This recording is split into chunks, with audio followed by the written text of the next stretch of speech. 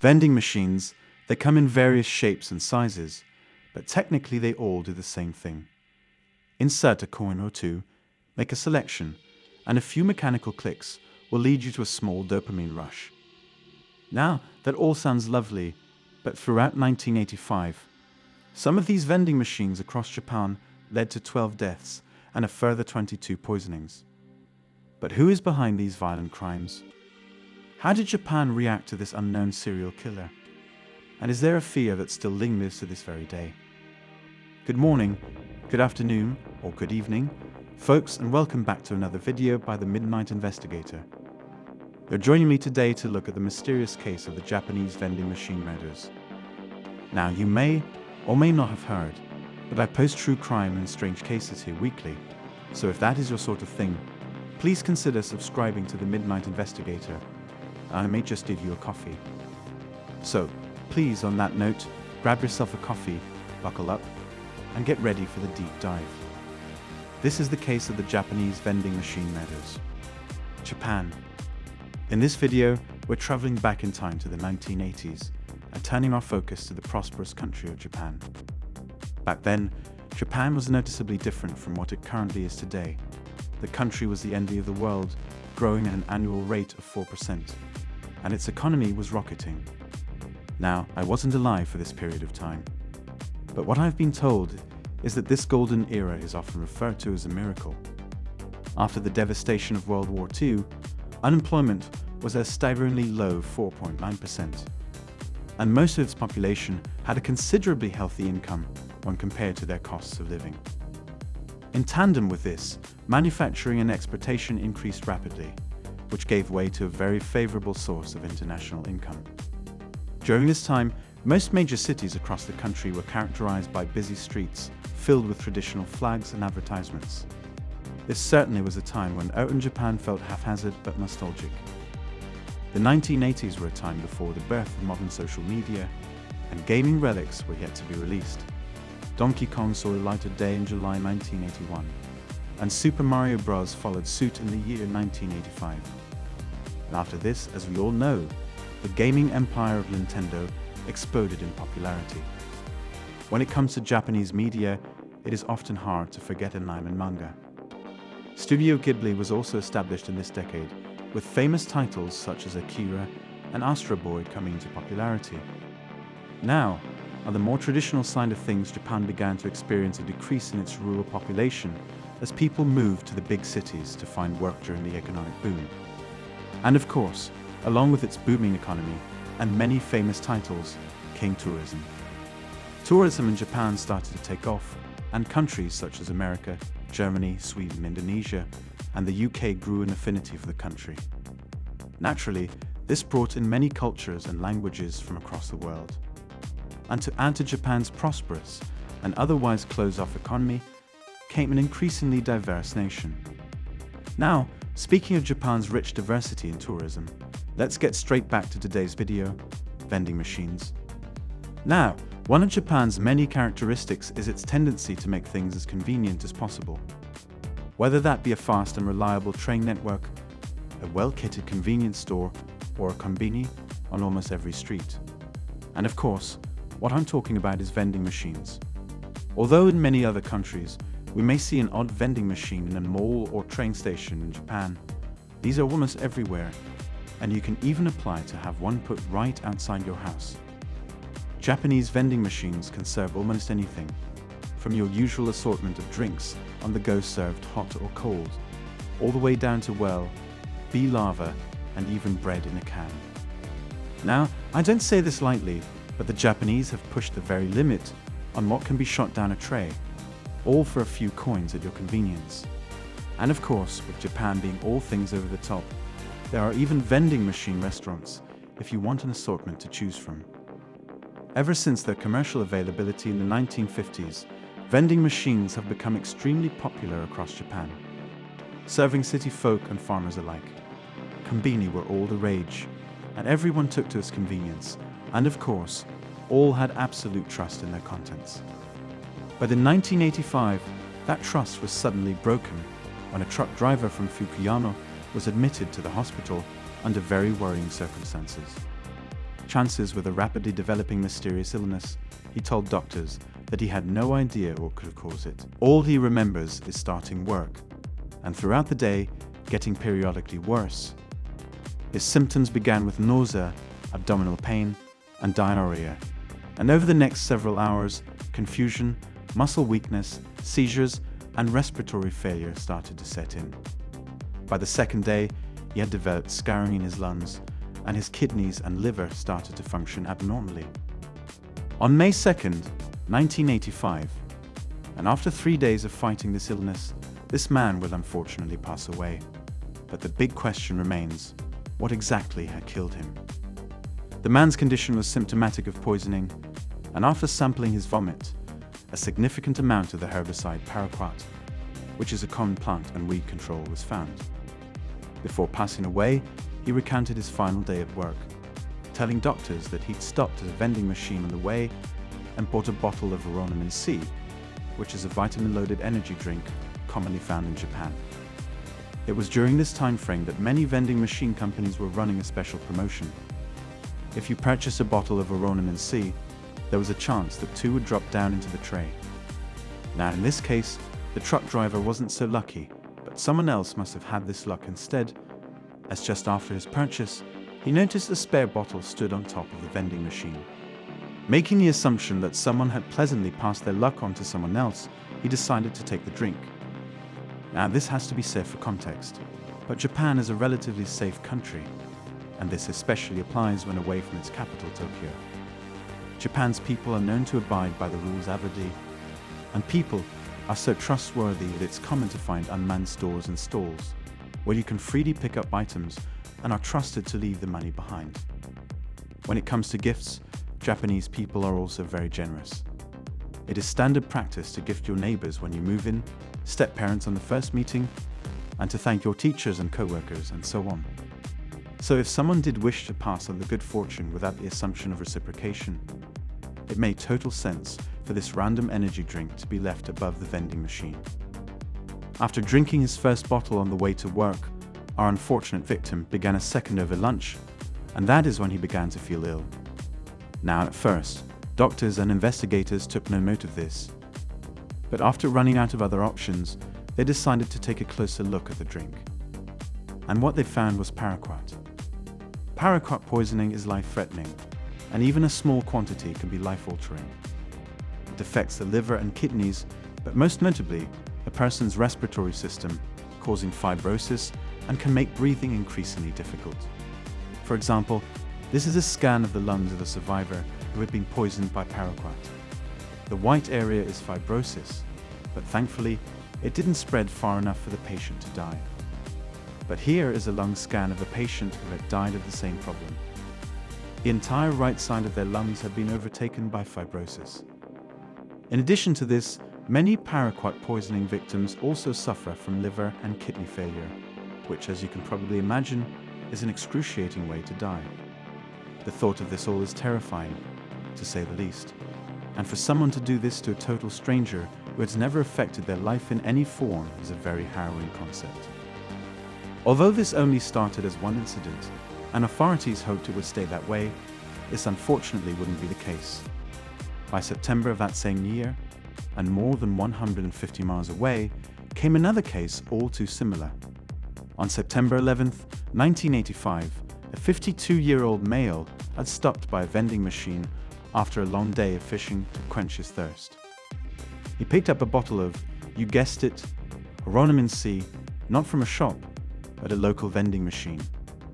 After hearing his drink clunk into the dispenser tray, he reached in to find 2 bottles, and assuming he got lucky, he took both home with him. After beginning to drink one of these bottles on his journey back home, he began to feel woozy. And after feeling concerned that it may be the drink, he closed the bottle and took it to the hospital with him. To no surprise, after testing the drink, it returned positive for paraquat. And unfortunately, just 2 days later, this man passed away. While dying in the hospital ward, a third individual was struck with the very same problem. This one was a 22-year-old student from Massacre city, which was located more than 100 miles away. Needless to say, authorities were beginning to grow concerned. a pattern was beginning to emerge, and they could only assume that all of this was coming from one murderous mind. The problem is, this was Japan in 1985, and surveillance cameras were not yet common or widespread, especially outside of Tokyo. DNA wasn't a thing yet either. Analysis was rudimentary and unreliable, and forensics didn't yet have the technology we have nowadays. So in short, the police had no footage, no fingerprints, and with something as public as a vending machine, there was no way they could extract DNA or other evidence.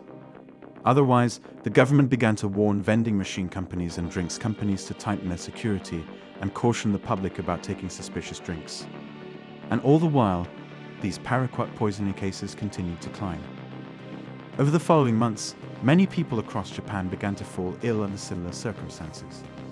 And it's worth noting, it was never in the same city twice. Between September 11th and November 24th, 1985, 35 people fell victim to paraquat poisoning. And sadly, this claimed the lives of 13 people. These attacks spanned the entire country, and further deaths were recorded in Imidate, Maya, Kanojo, Habikino, Panosu, Kashihara, Miyagi Prefecture, Kawachi-Nagano, Yurua, Kadamagan, and Kanazawa. And these were only the people that we know about. Who knows how many others had bought these drinks but ended up putting them down for whatever reason. Although it's easy to assume that all of these poisonings were committed by the same individual, that theory couldn't be confirmed. In fact, police could even identify multiple inspirations and copycats from across the country. In one instance, a college student and a middle-aged woman in Tokyo reported their drinks tasted funny. And after being tested, results came back to confirm traces of a lime-sulfur mixture, which was not paraquat. But the modus operandi was all the same. In another instance, one young boy poisoned himself in a cry for attention. He thought that if he was hospitalized, all of his classmates would visit him. While in the hospital, for the record, kids, please don't poison yourself. There were other occasions too. In September of that same year, an art gallery worker attempted to poison her manager by slipping cyanide into his coffee. What an absolute betrayal to caffeine. Another man, while out at a restaurant with co-workers, discreetly dissolved paraquat into multiple drinks in a dark attempt to poison those attending. All of this was due to his grudge against the company. Although this specific attempt failed, he did eventually manage to bankrupt the company. I'm not sure why, but he must have been seriously pissed off with his employer.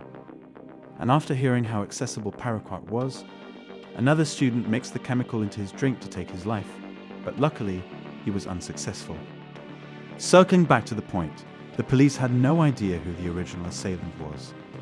All they knew was that the actual killer was most likely a sole individual with a very dark affinity for paraquat. This was likely someone who was socially deprived and relished the fact that they were causing unimaginable pain and even death to total strangers. The general public even gave a nickname for this type of criminal, Yukaihan, which sounds similar to yukai, which is a supernatural monster found in Japanese folklore. And this mysterious murderer could have been almost anyone. The only requirement to buy this herbicide is to be over the age of 18. After November of that same year, paraquat poisonings ground to a halt. And to this very day, no one knows who killed the dozen people. It is not actually known what happened to the killer, but just guessing. They were likely satisfied with their impact, impressed by the number of copycats, and simply decided to quit while they were ahead. Following their deaths, the company that owned Aronomancy eventually made public broadcasts to let people know they were making their bottles tamper-proof.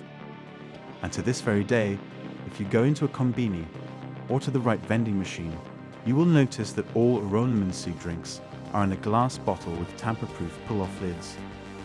Much of this case reminds me of the infamous Tylenol poisonings of 1982 that took place in Chicago, which I think many of my American viewers will recognize.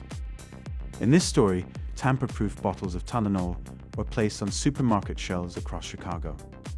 It is possible that the murderer in this Japanese case was influenced by these killings, as the Chicago case took place only 3 years before their spree. The case was extremely high profile and had international coverage, and the culprit was never caught either. After the Chicago poisonings, the packaging of many medicines was designed to be tamper-proof. And in an effort to save its reputation, the company responsible was also highly vocal about this. But unfortunately, jumping back to Japan, this case has remained cold ever since. And despite hundreds of leads and almost 37 years passing, nobody has ever been arrested. But there are multiple theories on who could be responsible for the Paraquat murders. Some have speculated that the assailant could be a previous offender who had threatened various food companies only 1 year before the murders. He was known as the so-called Monster with 21 Faces. It is alleged that this was an organized group of people who wanted to obtain money from multiple large food corporations. They made multiple threats to poison their stock before placing them back onto supermarket shelves for the unsuspecting public to then buy. But although it does sound similar, they were far bolder and more brash with their techniques. They often sent aggressive letters to various companies, newspapers, and the police, and at times had even kidnapped influential members of these companies. But the Paraquat murderer was far less boastful about their actions and never made any public threat for personal gain. So at least in my eyes, it seems unlikely that these two cases are totally unrelated. And if this honestly was only one person, then their murder count ranks as one of the highest Japan has ever seen, as many serial killers are often caught way before the figure of 12. Sadly, it is likely that we will never know who this individual is. And even to this day, they could be out there right now, aging and elderly, waiting for death to take their secret to the grave. This is a morbid case, to say the least. The pain these people were put through is honestly quite unimaginable. And all of this happened through accepting a random act of kindness. And although it is doubtful that this will ever happen to you, it's an excellent example of why you should always protect your drink, be it from a night out or free from a machine. The Paraquat murderer knew exactly what they were doing. They wanted to strike fear into accepting random acts of kindness. And this played a substantial psychological effect across all of Japan. And even still, to this day, this could happen to pretty much anyone. You never know who's preparing your food at restaurants, delivering takeout, or even preparing your coffee. So if I were you, be sure to watch your local barista next time he sprinkles chocolate on your warm drink. Now, it is no secret that I find Japan extremely fascinating. And to add to that, vending machine murders, that sounds very intriguing. That'll do it for me today, folks. Thank you so much for watching another video today by the Midnight Investigator. I can never say it enough, but I really do appreciate you being here, and I hope to see you again next week in another video. If you found this case interesting or insightful, you know what to do. Please subscribe and leave a like on the video. And as some of you have probably figured, but this was a little different from my usual cases, as I don't really cover unsolved ones. So please let me know below if you minded that. So, what do you think? Do you think this was an individual, multiple people, or an organization? Please let me know in the comments down below. I'll be back again very soon with another video. Until that moment arrives though, please remember to look after each other and of course, stay safe. Thank you and goodbye.